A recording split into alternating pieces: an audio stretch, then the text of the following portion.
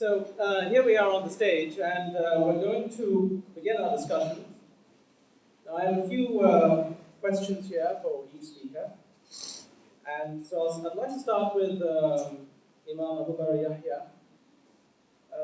Would it be possible for you to tell us a bit about your journey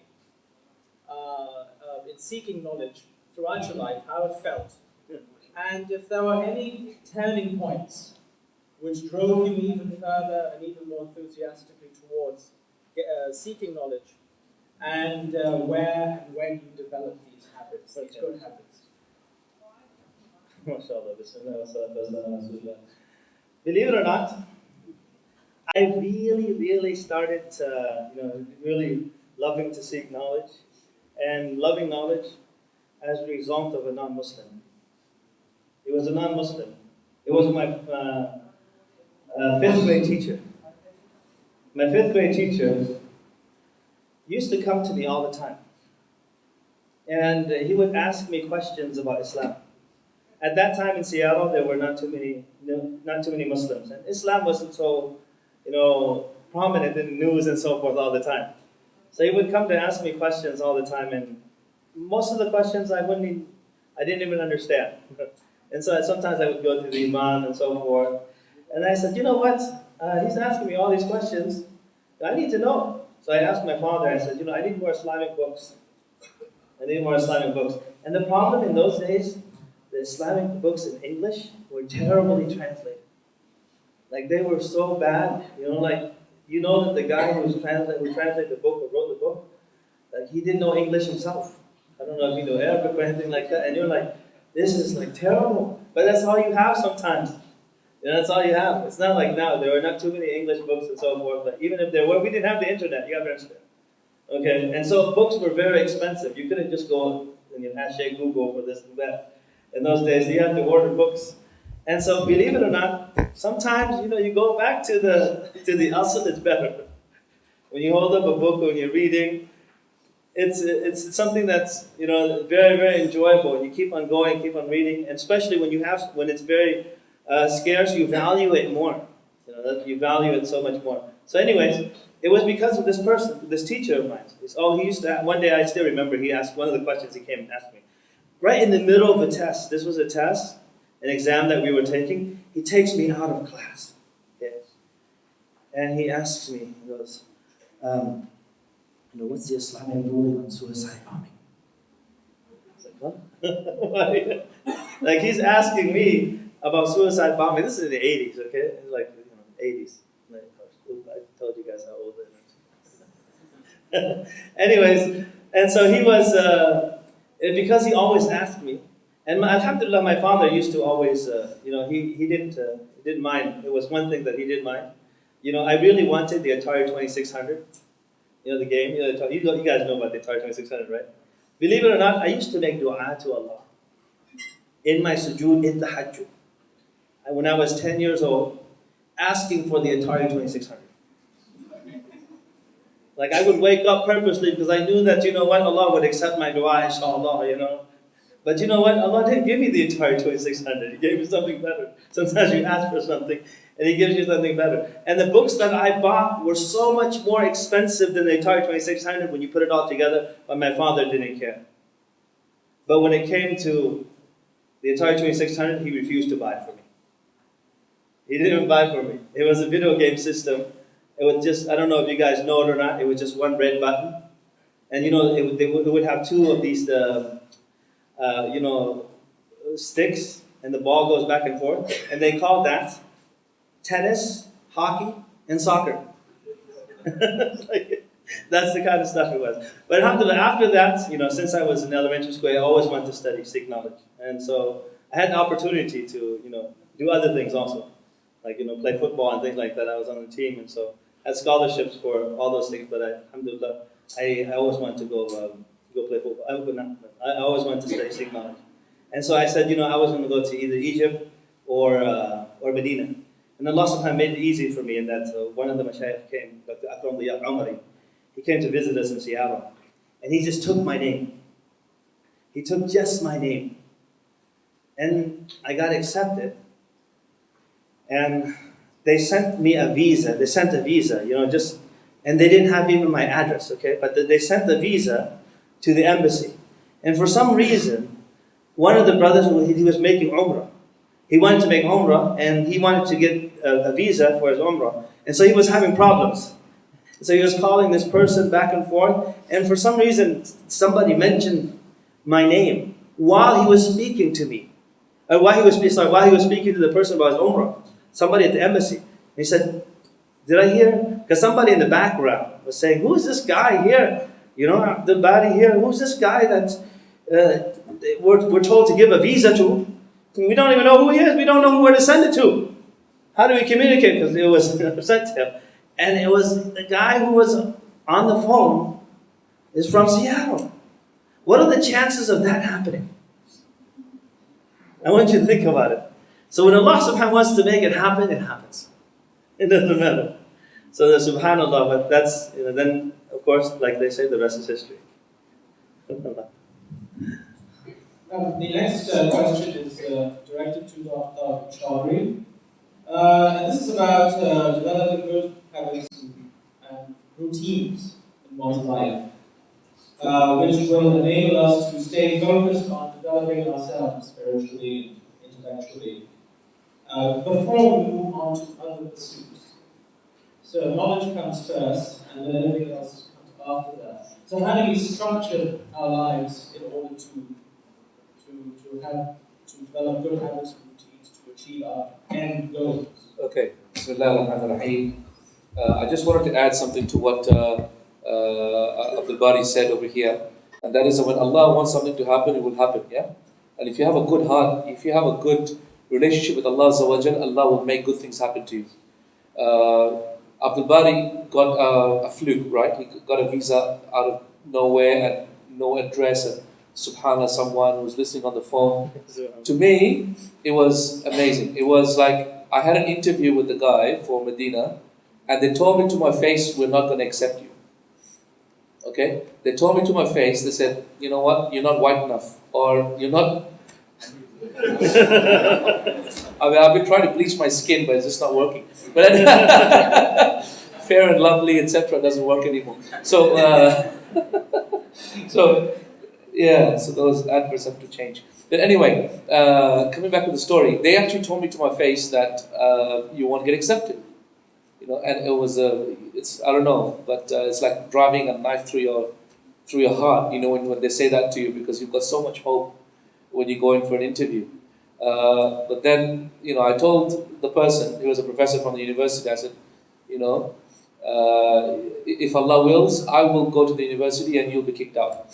So I told him very, very straight out, because he was being very racist and arrogant. So, I don't take any rubbish from anybody. So I never ever allow anyone to disrespect you in that manner, okay? Because if they are disrespecting your color or just because of that, etc., that person is not worthy of your time. So anyway, and alhamdulillah, it so happened that I got accepted, he got kicked out. So Allah, I wish I had asked for Jannah at that time, but you never know. So Allah was done. Yeah. Khair, what was the question again? The habit. Okay, habit is called a habit is because when the H goes, you still have a bit. And when the A goes, you still have the bit. And when the B goes, you still have it. Right? And that's the problem with the habit. The habit's called a habit because it always sticks. Yeah? It's just there. It just doesn't go. And that's true. And that's true. Psychologically, physiologically, every way you wanna look at it, habits are difficult to break. And that means good habits are difficult to break, and also bad habits are difficult to break. How many times do we fall into the same sin again and again? Everyone knows that here. Every one of us has perhaps one bad thing that we do, or two bad things, or three bad things that we do. Perhaps something in secret. Perhaps it's the way that we reply to our parents. Perhaps it's the way that we speak to our kids.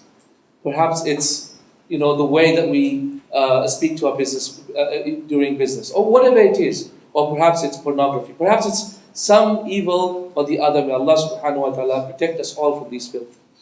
But that's the problem with habit, is that it sticks and stays there, and then you constantly it defeats you, and you try to break it, but it still stays there, and you try again and again, and you think Allah doesn't care, or you think Allah's mercy is not there, or that you think that Allah is just going to destroy you one day. Right? That's what a habit does. It destroys you. And that's the strongest way the shaitan has an effect on our bodies, on our minds. So how do you conquer it? It's actually very easy. And the answer is that habits are very difficult to break. So I advise you not to try to break the habit, but to create a good habit that replaces the bad habit. You see, habits are difficult to break, but good habits are easy to make. Okay? That's a very interesting phenomenon. Okay? It's very easy to start a new habit. We do that, alhamdulillah. Everyone, we're going to start fasting, right? Inshallah, in a few months, in a few weeks, inshallah. And then, isn't it after the 4th, 5th day, hey, fasting is easy, isn't it? It just becomes a habit. And then by the 30th day, you're like, on the 8th day, it's like, I should be fasting, I feel like fasting. Why are we eating? It's like, it's very unnatural to eat. Isn't that right? On eat day, you feel like, why am I eating? It's too much food, right? Taraweeh becomes a habit for us. Taraweeh becomes a habit, right? You feel like on that night, that it's going to be the last night. It's like, oh, I wish I prayed Taraweeh. Isn't it right? It becomes a habit. And that's the whole point about habits. Is that a good habit is easy to make. If you're persistent in it, it's easy to make. So the strategy, therefore, to overcome bad habits, it's very easy, is not to attack the bad habit directly, head on, but to start a good habit that takes over the bad habit. So, if you notice that you do bad deeds at the middle of the night, okay, then guess what? Never be alone. Always be in the middle of the night you sleep with, in a place where there are other people around. Or for example, you know that it's the internet at the middle of the night that causes you haram, so you start doing the tahajjud prayer always at 12 o'clock. 12 o'clock, you put an alarm on that says, as soon as the 12 o'clock alarm goes off, I'm going to pray tahajjud. Doesn't matter whatever I do. And believe me, this will slowly start eating away at your bad habit. Or if, for example, swearing is your problem. Okay, swearing is your problem. Then what you start doing is start saying a good word, like for example, swearing at your kids is a problem, right? If that's a problem, what do? Start making serious dua for your children. Whenever you think about your children, make a dua for them. And in fact, this is what the mother of Imam Sudais used to do. We asked Sudais once when I was sitting with him, saying, Sheikh, how did you become the Imam? I mean, not in that way, meaning there's so many other good people, but not in that manner. But like, what made you the Imam? How did Allah choose you to be the Imam? Is there something special you did? Is there a course? Is there is there a particular gene pool? And what is it that made you the Imam? So he goes, Wallahi, nothing except the dua of my mom. I used to be a very, very, very naughty boy. Okay? Extremely naughty. And every time my mom, who was so righteous, right, used to make dua, instead of swearing at me, all she would say, May Allah make you the Imam. May Allah make you the Imam. That's it. Instead of swearing at me, saying so and so and so and so and so. That's it. I said, and guess what happened? Allah made me the Imam. That's true. And guess what? Do you know that the other day I was praying in the masjid, and actually Sheikh Sudais' brother is also a fill-in Imam. Sheikh Sudais' brother, who sounds like Sudais as well, is actually the fill-in Imam whenever Sudais and some other Imams are not there. Oh, so therefore the mom must have been making dua for him too. So the point of the matter is, if you want to start reducing your bad habits, start a good habit that replaces the bad habit, inshallah. Okay? And bi'idhnillah, with Allah's help, inshallah, slowly the bad habit will completely go away. Yeah? Slowly, inshallah, the bad habit will completely go away. This is what I tell a lot of people to do. First of all, it starts by contemplation. So, first step is contemplation of the evil of the bad habit. Next step is a firm resolve to actually have in your heart to replace it. Number 3, the third step is to discover a habit that you could do, which will, inshallah, eventually replace it. Number 4 is to actually implement it, is to actually do that good habit. Yeah? And number 5 is persistence. And that means that you develop a system that will make sure that you keep on doing it. Like that alarm clock that wakes you up, right? Or the adhan that goes off at midnight, just to remind you that, hey, it's time for you to get up for tahajjud prayer. Does that make sense, everybody? And inshallah ta'ala, you'll see, in this way, you will slowly eat away at your bad habits. And I think, when you think about the maqasid of Sharia, when you think about the goals and purpose of Sharia, it really is this reason why there is a whole month of fasting. When you think about it, why did Allah Azza wa Jal say a whole month, 1 month out of the whole calendar to fast, instead of 5 days every month, right? Allah subhanahu wa ta'ala could have done that. 5 days of every month He could have made it as we should be fasting, right? Or 3 days in every month, make it obligatory. But no, He intended it the whole month. Why? So that we develop good habits. And because good habits will then carry on for the rest of the year. Inshallah ta'ala. Inshallah.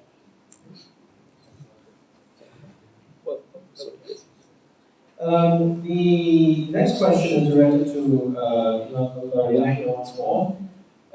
This is about improving the state of our ummah. We know, well, nowadays we have lots of discussions about differences, arguments about differences of opinion or differences between different groups in Islam. So differences being the key word. And we know that more often than not, these discussions don't actually lead anywhere. They're not very constructive. They just lead to conflict and hatred and discomfort.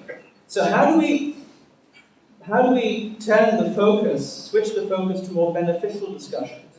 What should we be talking about in the society so that we can genuinely bring about change, good change of the ummah? So how to avoid the negative arguments and focus on the positive ones? And what we can do on a routine basis to achieve that? You mentioned, first of all, at the beginning, we have a lot of differences. Of course, there's always going to be differences of opinion.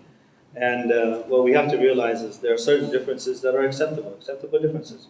And when there are differences, when these acceptable differences do occur, we have to realize that sometimes, we need to look past some of those differences and accept some of those differences when it comes to, especially fiqh matters and things like that. When there are proofs for those particular issues, some people, they spend a lot of times on just instead of really having to study and focusing on building foundations, but sometimes they just focus on surface matters, there's specific matters. And when somebody sees those types of things, they just focus on that only, and they start to judge people based upon just these little things. And it might be, when we say, of course, little, it's just not that we belittle anything, any part of Islam or whatever it is. But if there's an acceptable difference on that matter, we should try to learn also to look past some of those things. And the best thing also to help each other. When we have, I mentioned earlier that when we have different organizations and so forth, we should complement each other and should help each other.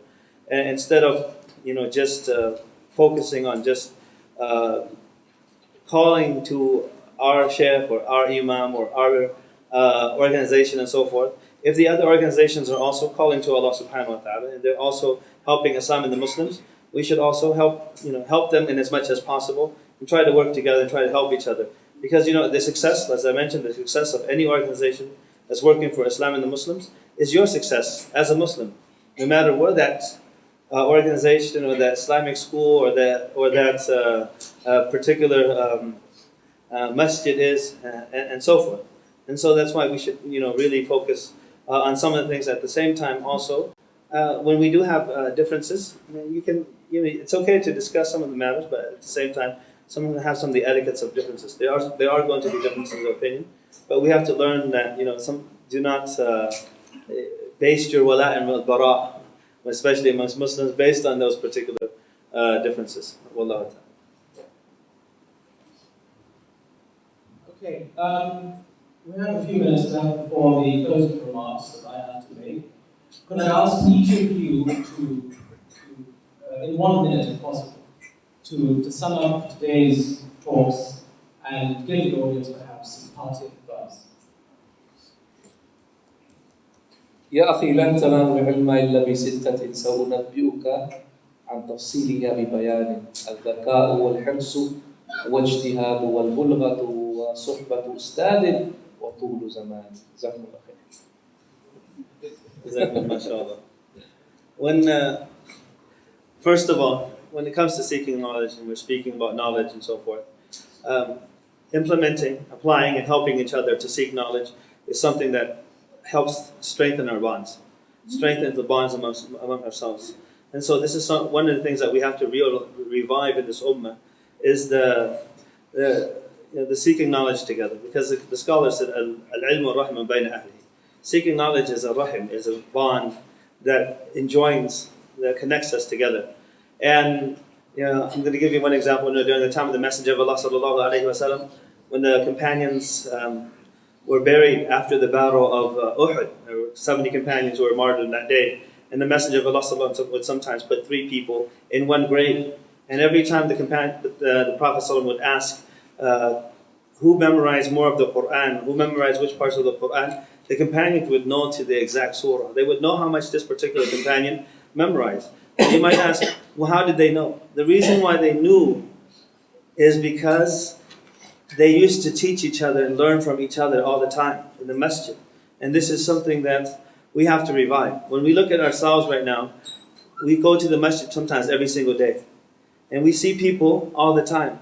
But if I were to ask you how many much surah, how many surahs, or what surah is he on, how much of the Quran has he memorized, and you see him every day, you wouldn't know.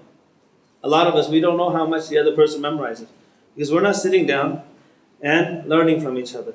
And coming together to learn and seek knowledge with each other also. That's something that, inshallah, hopefully we can revive starting from here, inshallah, from today, inshallah.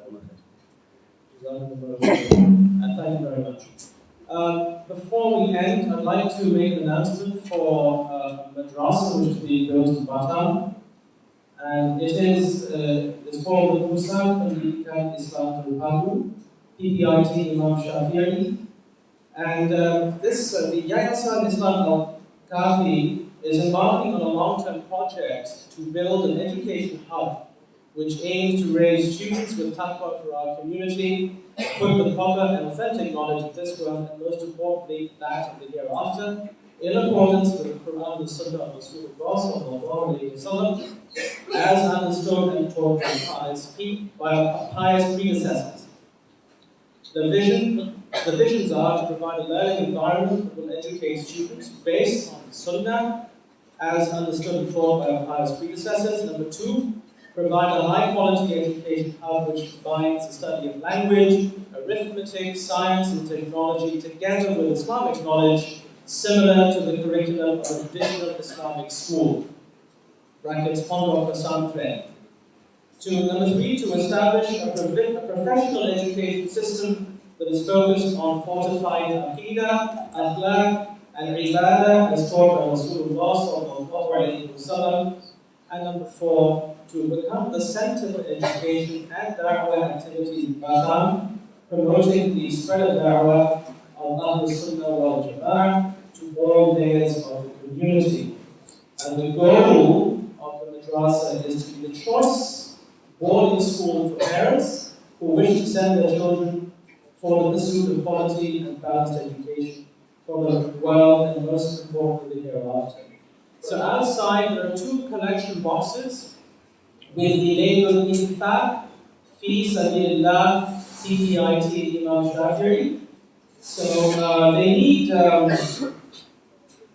total of 280,000 Singapore dollars, of which they raised $175,000, and they still need to raise 105,000 Singapore dollars.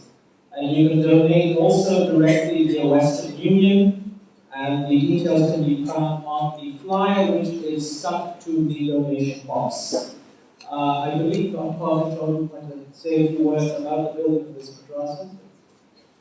Okay, brothers and sisters, there's a hadith of Rasulullah sallallahu alaihi wasallam in Bukhari that states that كان رسول الله صلى الله عليه وسلم أجود الناس وكان أجود ما يكون في رمضان حين يلقاه جبريل فيدارسه القرآن. Very, very important hadith. Some of you have probably heard this hadith but haven't really thought about its implication to us all here as students of knowledge or trying to embark on study of knowledge. The hadith states the Prophet ﷺ was the most giving of people, was the most charitable of people. And he was even more charitable when it used to be Ramadan. Why Ramadan? حِينَ يَلْقَاهُ جِبْرِيلٌ. When Jibreel used to come to him, فَيُدَارِسُهُ الْقُرْآنِ, and then he would then revise the Qur'an with him. Meaning what? The reason why the Prophet ﷺ was charitable, as Ibn Hajar says in Fathul Bari, the reason why Rasulullah ﷺ was charitable was not because of how we say these days, oh, in Ramadan, each good deed is like 70 times good deeds, and every nafil deed is like an obligatory deed. That's not true. The hadith is da'if. If anything, it's fabricated. Okay? That hadith is not true at all. Don't just wait for Ramadan to give you charity thinking that I'll get 70 times reward. That's not going to happen. It's going to happen with your ikhlas and with your taqwa and with your intention. But coming back to the hadith, why did Rasulullah love to be more charitable in Ramadan? Because he was gaining knowledge. The meaning is that if you want to gain knowledge, then you must give charity. Yeah? And giving charity is one of the means by which you gain knowledge. Meaning what? Meaning that you give charity and then you make a sincere dua to Allah, oh Allah, Rabbi zidni ilma, oh Allah, give me knowledge. So our Shaykh, may Allah have mercy upon him, used to tell us, Shaykh Ahmed Rashid used to tell us, our Shaykh, which is Shamqiti, Hafidahullah, used to say, never, ever, ever come to my class except that you've given charity before. And then you make an earnest dua to Allah for two things. What is it? Number one, oh Allah, teach me knowledge. Number two, oh Allah, hide the mistakes of my teacher from me. So my brothers and sisters in Islam, if you want to gain serious knowledge, you must give charity. Yeah? It comes hand in hand. It comes hand in hand. So I urge you all, my friends, because you're all talking about knowledge and about gaining knowledge, to give in the cause of Allah Azza wa Jal. Verily a person will be in the shade of his charity on the Day of Judgment. Those people who give and have mercy on the brothers and sisters in Islam, that is the person who is the sadiq one, the truthful one. That's why sadaqah is called sadaqah. Because it comes from the word sidq, which means truthfulness. Why? Because by giving charity, you're actually attesting to two things. You're truthful about two things. The first thing is that you truly love the akhirah more than this dunya. So you're keeping your wealth for the akhirah. So that's your sidq al-iman. And secondly is sidq al-muhabba, is the truthfulness of your love for your brother. Because your brother is in need and all they want to do is some Islamic work.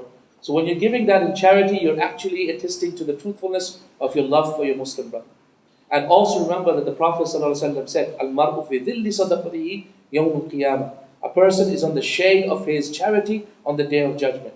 The Prophet ﷺ also used to tell Bilal, Ya Bilal, anfiq wa la takhsha min dhil arshi iqlala. Oh Bilal, and who was he as a slave? He had no money. But he used to tell Bilal radiallahu anhu, Ya Bilal, give in the cause of Allah and do not be afraid of the possessor of the throne, Allah subhanahu wa ta'ala. Dhil arsh iqlala. Don't think that He will ever withhold from us at all. He will never withhold from you. And if anything, your charity will only increase you in wealth.